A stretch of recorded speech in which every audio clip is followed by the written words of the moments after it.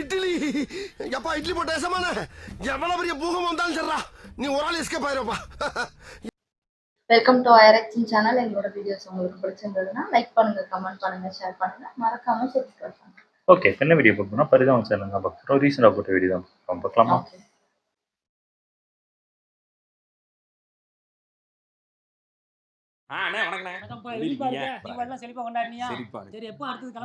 Next week போட்டுருக்காங்க. சும்மா தீபாவளி வந்து ஒரு 1 மந்த் இது. சரிப்பா, அதெல்லாம் சரிதான்ப்பா. இருந்தாலும் பொண்டாட்டி பிள்ளைய கூட்டிட்டு போக வேண்டியதானப்பா. அங்க போய் வாழ வேண்டியதானே சந்தோஷமா. அதான் நான் பிளான் பண்ணிருக்கேன். இங்க நீ அங்க எப்படி இது? நான் அதான் யோசிச்சிட்டு இருக்கேன். நான் சந்தோஷமா குடும்பத்தோட வாங்க. அப்பதான் சந்தோஷமா இருக்க முடியும். சரியா? என்னமோ நினைச்சிருக்காங்க ஃபாரின்ல வேலை பாக்குறேன்னா. மச்சான், டேய் நல்லா சூப்பரா இருந்துச்சு. எப்ப ஊருக்கு எப்ப போறீங்க? நான் நெக்ஸ்ட் வீக். அக்காவை கூட்டி போங்க. கூட்டு போங்க மச்சான். நான் கூட்டி போறேன் மச்சான். அக்காவை கூட்டி போங்க. மச்சான். கூட்டி போங்க. அக்காவையும் கூட்டி போங்க. இப்ப எதுக்கு உங்க அக்கா கூட்டு உசுர வைக்கிறீங்க நீங்க? அப்பதான் அடுத்த வாட்டி நானும் வர முடியும். நீ வந்து என்ன பண்ண போற? ஃபாரின் வரணுமா? 40 பேப்பர்ல 38 பேப்பர் அரியர் வச்சுக்கிட்டு அங்க வந்து என்ன ஆர்கிடெக்ட் வேலைய பார்க்க போறேன். இதுல ஒவ்வொரு வாட்டி வரப்ப வேலை வாங்கி கொடுன்னு வர கேக்குறான். சுருப்பு பிஞ்சு போயிரும் பாத்துக்க. தம்பி மாமா வாங்க மாமா, எப்படி இருக்கீங்க? நல்லா இருக்கியா? நல்லா இருக்கேன் மாமா. சரி, என்னப்பா இப்படியே வரீங்க போறீங்க? வர்றேன். போறீங்க, வாழ்க்கை அப்படியே தனியாவே போறதா? வாழ்க்கைய வாழ்றதே இல்லையா? வாழணும்ப்பா, வாழ்க்கைய வாழணும். நீ இந்த பிள்ளைய விட்டுட்டு போயிடுறா. அவங்க அம்மாட்ட பாவம், அம்மாக்கு அந்த பிள்ளைக்கு சண்டையா வந்துகிட்டு அந்த பிள்ளை டக்குன்னு கோச்சிட்டாங்க, அந்த அம்மா வீட்டுக்கு போயிருது. நீங்க இது சொல்ற நல்லாவா இருக்கு? குடும்பங்கிறது என்னன்னா ஒற்றுமையா இருக்கணும். பிரிஞ்சு தனித்தனியா வாழ்றதுக்கு அது கல்யாணம் பண்ணி ஏதோ தெரியாதவங்க அவங்க எல்லாம் பேசினா பரவாயில்ல. நீங்க எல்லாம் வந்து ஃபாரின்ல 10-15 வருஷம் இருந்த ஒரு ஆளு. நீங்களே இப்படி கேள்வி கேட்டா நான் லேபரா இருந்தேன்னா நீ இன்ஜினியரா இருக்க. இன்ஜினியரா இருக்கும்போது கூட்டிட்டு போகல. பெரிய டிஃபரன்ஸ் இல்லாமா? நீங்க 30,000 ரூபாய் சம்பாரிச்சு கைய கட்டி காலை கட்டி 5,000 ரூபாய் செலவு பண்ணி 25,000 வீட்டுக்கு அனுப்புறீங்க. நான் 1 லட்சம் ரூபாய் சம்பாரிச்சு 75,000 தான் வீட்டுக்கு அனுப்புறேன். இதுவே நான் குடும்பத்தை கூட்டு போனேன்னு வச்சுக்க, தனியா இருக்க வரைக்கும் 3 பேர் ஷேரிங் ரூம்ல கொஞ்சமா பேச்சுலர்ஸ் தனியா வீடு நானே செலவு பண்ணணும். இதுல எங்கயா வெளியே கூட்டு போனோம்னா அதுக்கு கார் வேணும், அது கார் வாங்கணும், பெட்ரோல் போடணும், பிள்ளைய படிக்க வைக்கணும், ஸ்கூலு தேடணும். எல்லாத்தையும் பண்ணோம்னா 1 லட்சம் ரூபாய் சம்பாத்தியத்துல 90 ரூபாய் செலவாயிரும். ஊரு பக்கத்தே வர முடியாது. அங்கேயே செலவு பண்ணிட்டு அப்படியே சந்தோஷமா இருங்க. குடும்பத்தோட போய் வாழ்க்கைய வாழுங்க. மெமரிஸ கலெக்ட் பண்ணுங்க. காசை கலெக்ட் பண்ண முடியாது. அவ்வளவுதான், முடிச்சிட்டு வாங்க. நான் மட்டும் வெறுங்க இழுத்து வரணும். இவங்க அப்படியே ஒரு கொண்டு போய் அவ்வளவு வேணும். அதுக்கு தான் வந்து சொல்லிக்கிறீங்க. அதுக்காக சொல்ல, குடும்பங்கள் வந்து ஒற்றுமையா இருந்தாதான் நல்லா இருக்கும். சொல்றதா கரெக்ட். இன்னும் நிறைய சம்பாதிக்கிறது எப்படின்னு பாத்துக்கிருக்கேன். சம்பாதிச்சுட்டு என் ஃபேமிலியை கூட்டு போய்க்கிறேன். போதும், ஆனால் காசு நல்லா குடும்பம் பிள்ளை கூட்டலாம் எதுக்கு கொடுக்காத பொண்ணா கொடுக்காதனால கேட்டாலும் பொண்ணையும் கொடுத்துட்டு ஆளு உட்காந்து. இந்த ஆளுக்கு என் மேல அக்கறை எல்லாம் கிடையாது. கூட அதிகமா சம்பாதிக்கணும், அதை எப்படி கழிச்சு விடலாம் பாத்துக்கலாம். மத்தியம் பொருளா அட்வைஸ் பண்றாங்க. ஃபாரின்ல வேலை பாக்குற எங்களுக்கு தானே தெரியும் அது எவ்வளவு பிரச்சனை. ஃபாரின் மக்களாலே இந்த எண்ணத்தோட தான் இருப்பாங்க. ஆஹா, ஃபாரின் கூட்டிட்டு போயிடுவாங்க. எல்லாருமே அப்படிதான் இருக்காங்க.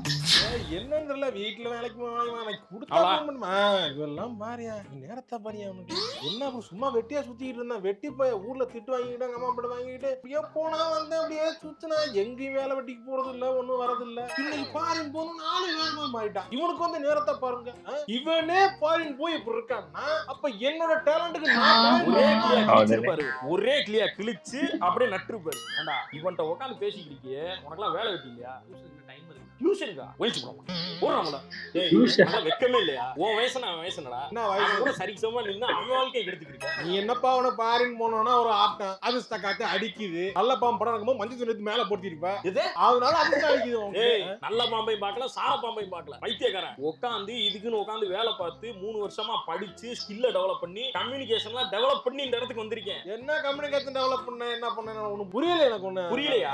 அது எனக்கு சொல்றாங்க. எனக்கு ஒண்ணு பழைய மாதிரி கிடையாது. ஃபாரின் போறதுக்கு மட்டும் இந்தியாலே நீ உருப்படணும்னா கம்யூனிகேஷன் ஸ்கில் ரொம்ப முக்கியம். அதுக்கு சூப்பர் நோவா AI ரொம்ப ஹெல்ப்ஃபுல்லா இருக்கும். இருக்கா இப்போ நீ உதாரணத்துக்கு இங்கிலீஷ் பேசணும். இந்த பஸ் கோயம்புத்தூர் போகுமா எப்படி கேப்பா? This bus go Coimbatore.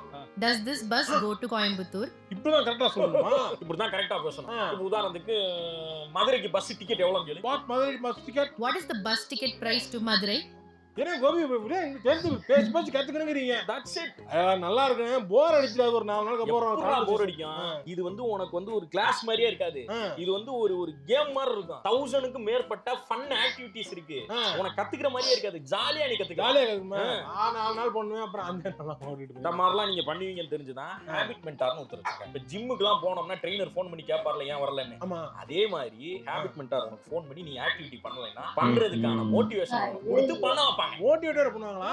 இப்ப மோட்டிவேட்லாம் பண்ற நான் ஒரு நாளைக்கு எப்போ வேணாலும் படிப்பேன், என்ன வேணாலும் பண்ணலாம். அந்த மாதிரி ஒரு இது இந்த டைம் தான் பண்ண முடியுங்கிற மாதிரி எல்லாம் எனக்கு செட் ஆகாது. எனக்கு இந்த மாதிரி டைமிங் ரெஸ்ட்ரிக்ஷனே கிடையாது.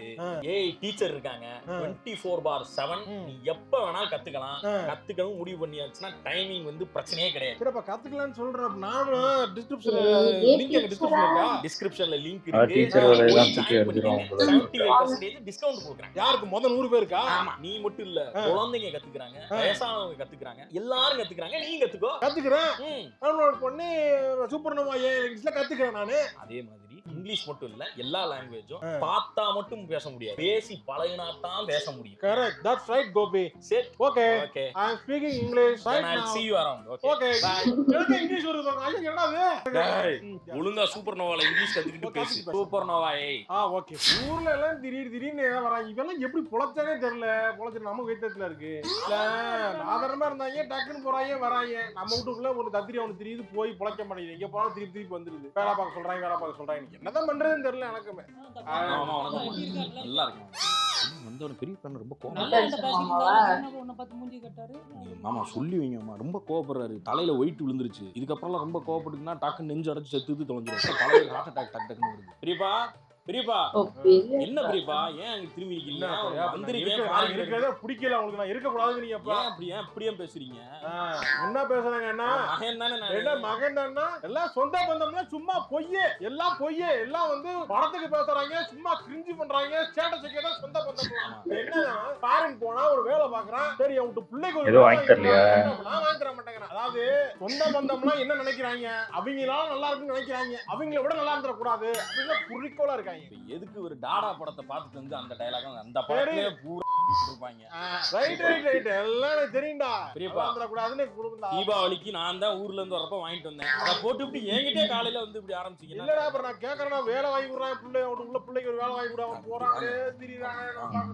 நல்லா புரிஞ்சுக்குங்க. நானே வந்து நீங்க நினைக்கிற மாதிரி நான் வந்து ஹச்ஆராவோ ஒரு கம்பெனி ஓனராவோலாம் கிடையாது. நானே ட்ரெயினி தான். நான் வேலை வாங்கி கொடுக்குற அளவுக்குலாம் நான் கிடையாது. பெரியப்பா சொல்லு இப்படி வேணா கதையை போடு. ஏன் போட்டு பிள்ளைக்கு வேலை வாங்கி தரக்கூடாது. அது கையா பண்ணிட்டேன். அவ்வளவுதான் முடிஞ்சு போச்சு.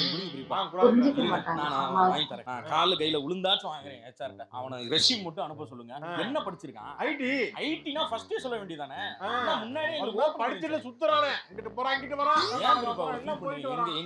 எங்க ஓனரே வந்து எங்க கம்பெனி ஓனரே அவர் வந்து தமிழ் மீடியம் பசங்களுக்கு தான் ஃபர்ஸ்ட் பிரெஃபரன்ஸ் கொடுப்பாரு. எந்த காலேஜ்ல படிச்சாங்க? எனக்கு ரொம்ப இங்க வந்து மதுரை போறவங்க ஒரு காலேஜ் இருக்கும்ல.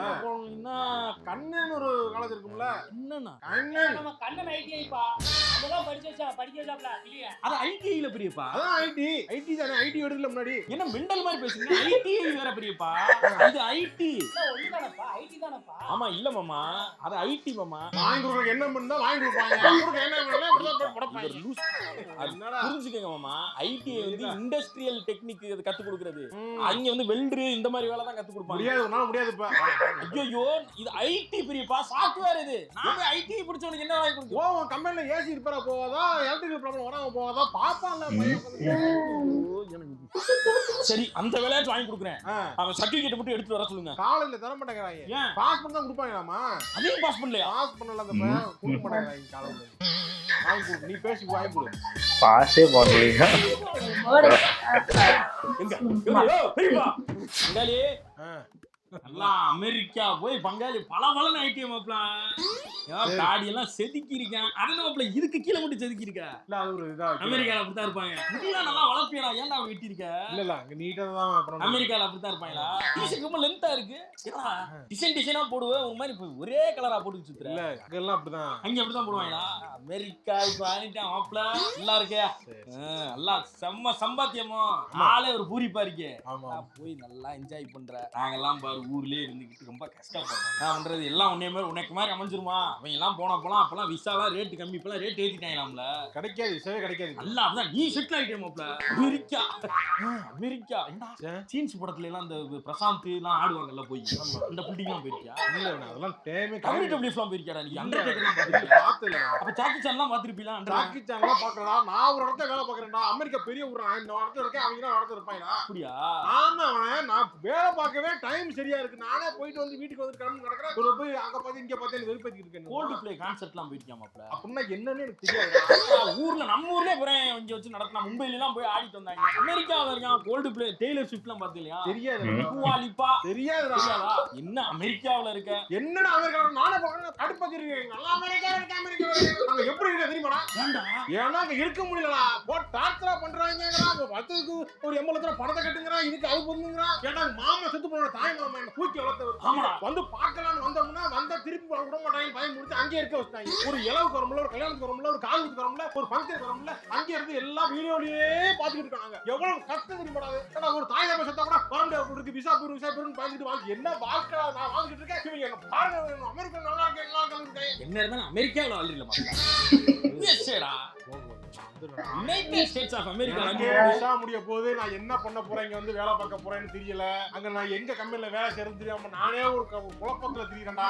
ஓகே, வைத்தறிச்சல் படுவோன்றதுக்காக நீ இந்த மாதிரி சொல்லி சமாளிக்க வேண்டிய அவசியம் இல்ல. உண்மையவே பேசலாம். இந்த உலகம் நம்ம அப்படி நம்பிக்கிட்டு இருக்கேன். பொய்மையும் வாய்மை இடத்த புரை செய்த நன்மை பயக்கும் எனின் நாயனா. ஆனா அது ஏன்ட்ட காட்ட வேண்டிய அவசியம்